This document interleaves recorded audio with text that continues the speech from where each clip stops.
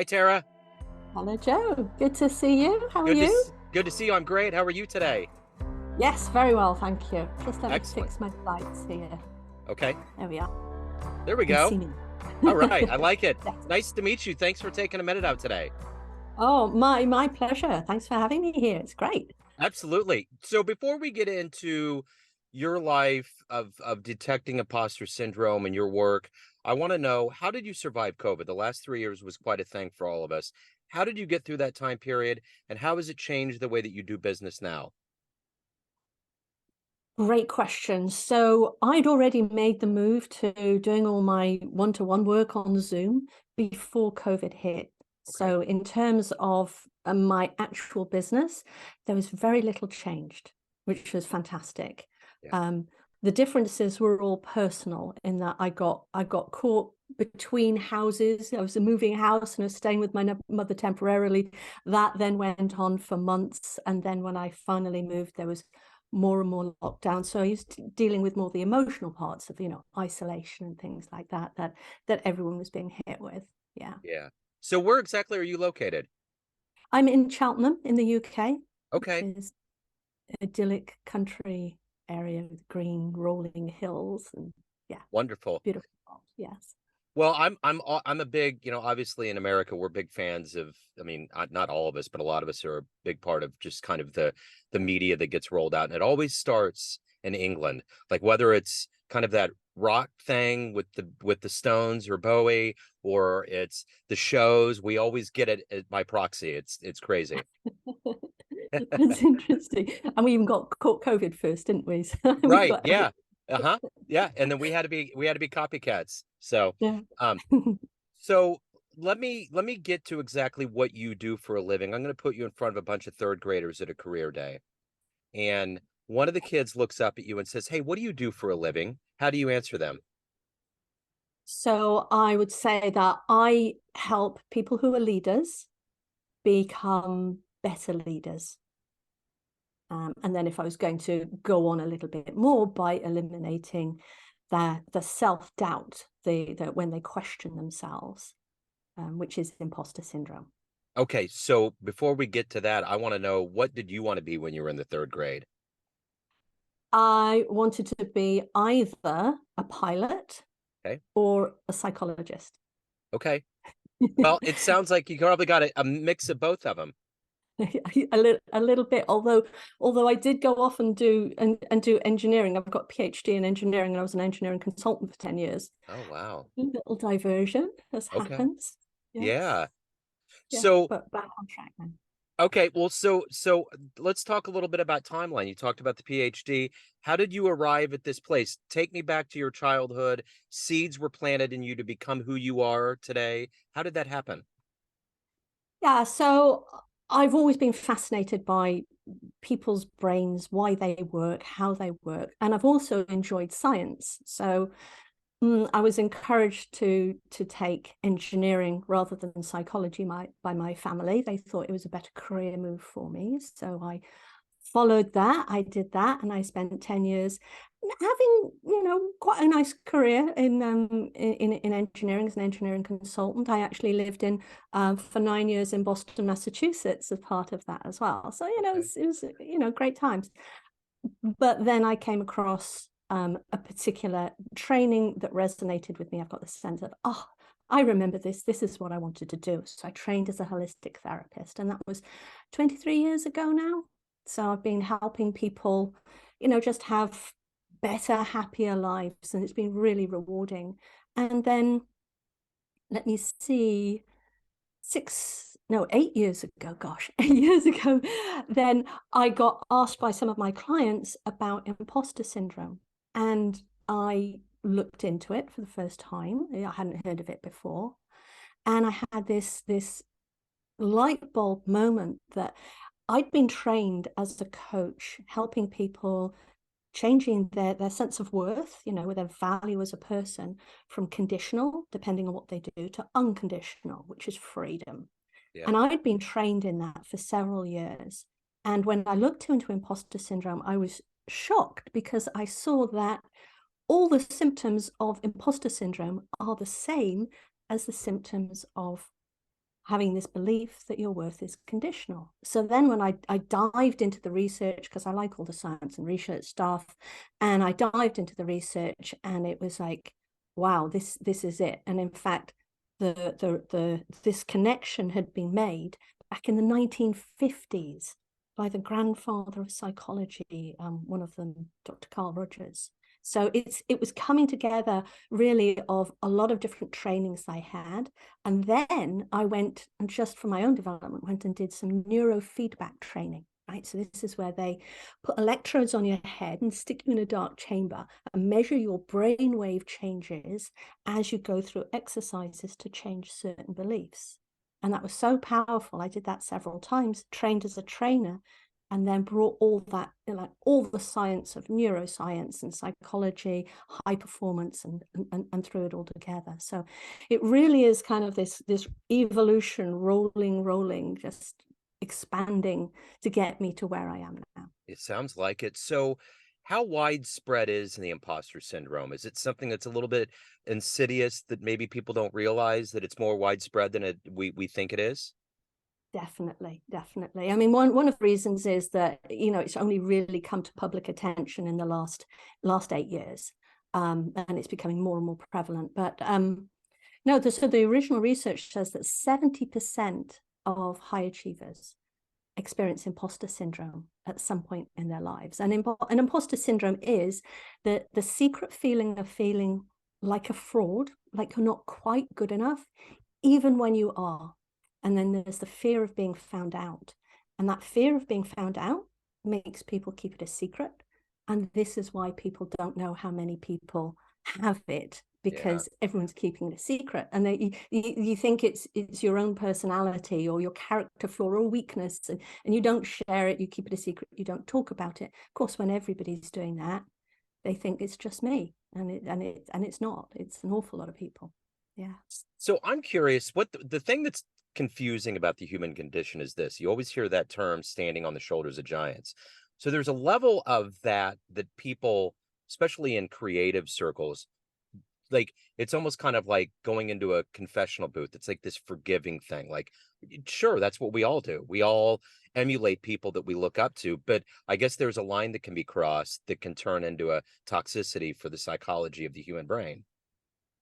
Yeah, so this comes right back to this point about conditional worth, right? The idea of conditional worth is if I do something good, I am good. If I do something bad, I am bad. And so it's actually not to do with our childhood experiences, our developmental things, or you know, it comes directly out of that, and we feeling that we're not quite good enough. And this is unconscious, right? This is an unconscious, deep unconscious identity level belief. And so most people don't recognize that they even have that belief. They just see all the symptoms, and the solution they think is, well, maybe I don't deserve to be here. Maybe I don't, you know, even though everyone else is telling me I'm doing so well, I'm so successful, I still don't feel like I'm quite good enough. And that is what imposter syndrome is. And Okay. it shows up with you know, three types of symptoms. Right? There's the thinking, which is I'm not quite good enough. I just got here by luck. It was accident. You know, if anyone finds out, and that creates a lot of stress. So then people have a physical reaction, physiological reaction. Their nervous systems get triggered. They go into fight or flight or freeze states. It affects their sleep. They get anxious. They get tense. And then to try and cope with all that, they do the third symptom, which is some imposter syndrome behaviors, right? So these are kind of coping behaviors, which are like procrastination, perfectionism, hiding their opinion, avoiding opportunities, over preparing, feeling like they never have enough qualifications. Those kind of things are typical of imposter syndrome. So you've got these three things: the thinking, the body reaction, and the behaviors, and they all drive each other, right? So it's this cycle. It's pretty hard to break.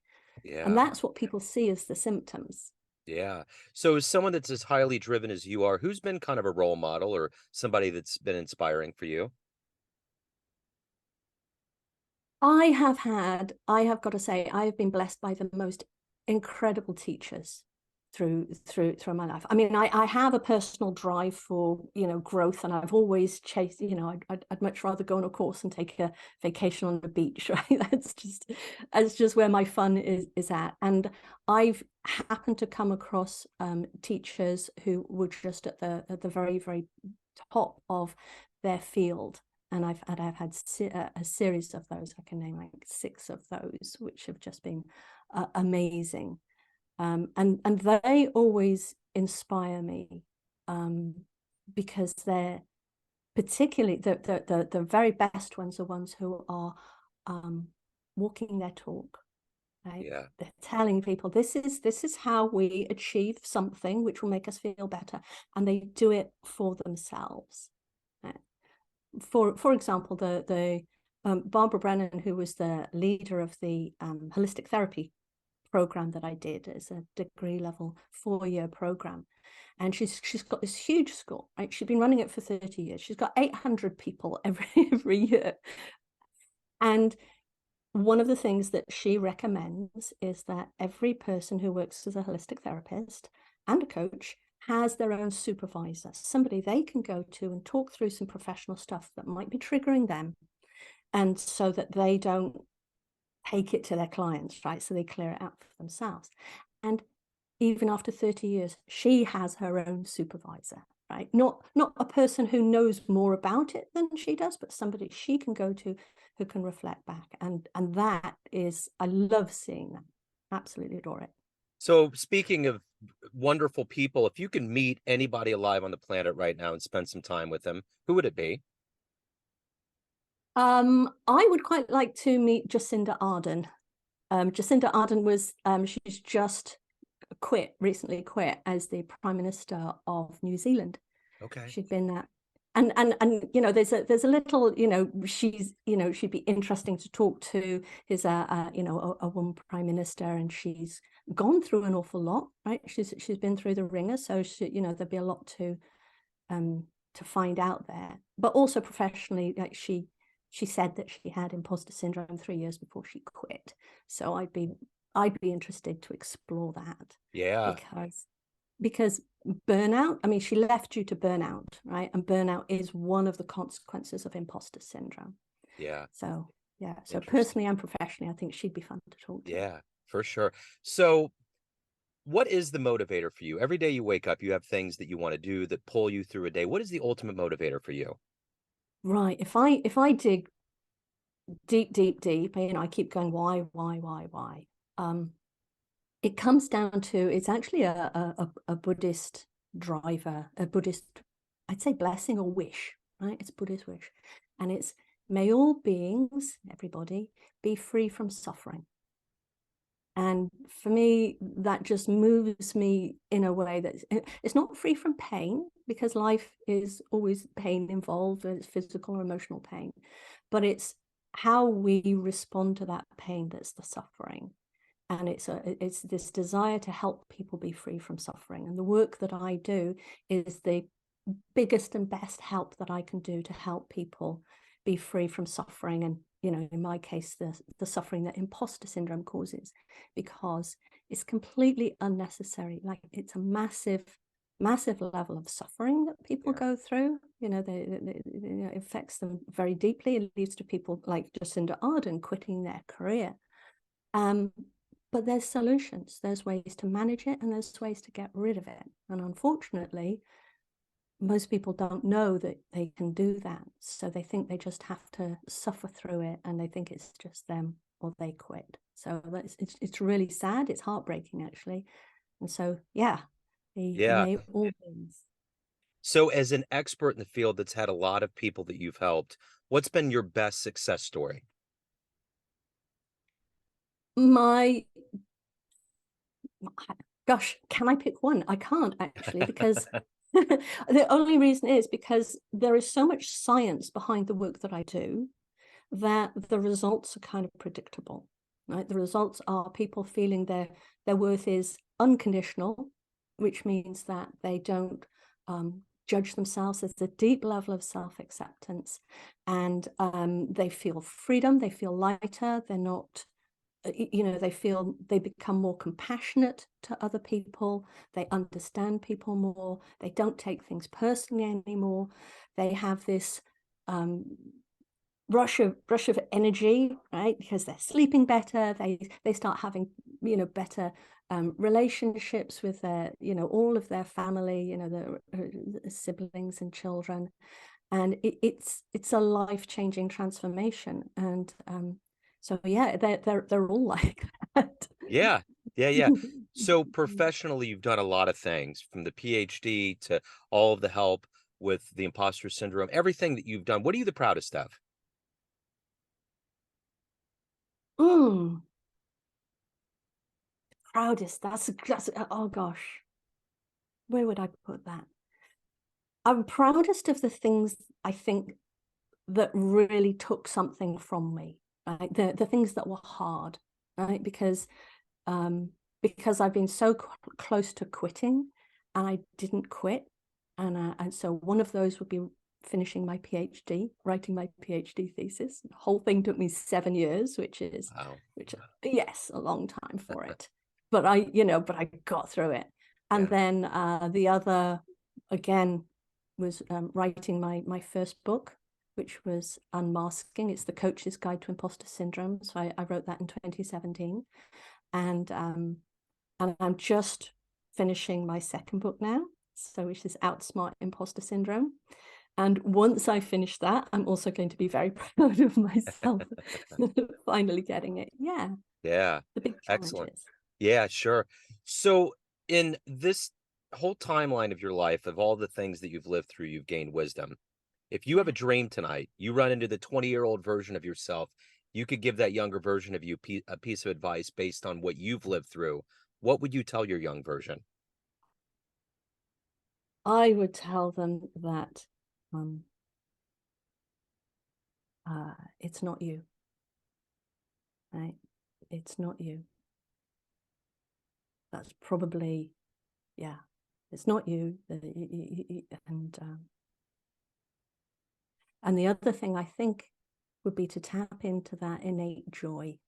I had this feeling like just this love of being alive, being I love walking out in nature. I love having great conversations with people. Just that joy of living. I'd say keep tapping into that, keep enjoying that, bring that up, make it big and central in your life. So would that young version of you take your advice? Would your younger version been open to that? I don't know. Right. See, that's the other part for sure. Yeah, I'd probably go, oh, yeah, what do you Right. know? Uh-huh. Because we all have it figured Yeah, out when we're young. Yeah, for sure. that's right. Yes, that's why I say hire the young while they still know everything. Right? Uh-huh. That's the phrase. Absolutely. And I'm not being disrespectful. It's actually something called the Dunning-Kruger effect. I don't know if you've heard of this. Uh-uh. Back in the 90s, these two people, Dunning and Kruger, they were looking at what's initially perceived as arrogance, right? And they were saying, okay, arrogance shows up. There's a particular kind of arrogance where people haven't done anything before and they don't know what they don't know. They don't know how hard something's going to be. Yeah. And so their attitude is, yeah, I could do that. And so, I personally, I would call it more innocence rather than, because it's you don't know, rather than arrogance. But it's exactly that we have when we're young, because we don't know, we haven't experienced it, and Yeah. so it's our innate optimism. And I have to say, I don't think I ever want to lose that innate optimism for things that I haven't tried before. For sure. So everyone out there has a perception of you. Oh, I'm sorry. There was a little bit of a lag. I'm sorry. I didn't mean to interrupt. No, Um, that was it. I was gonna ask, everyone out there has a perception of you, family, friends, clients, colleagues, but you live your life. What's your perception of you? Who do you think you are? Wow, what a question. um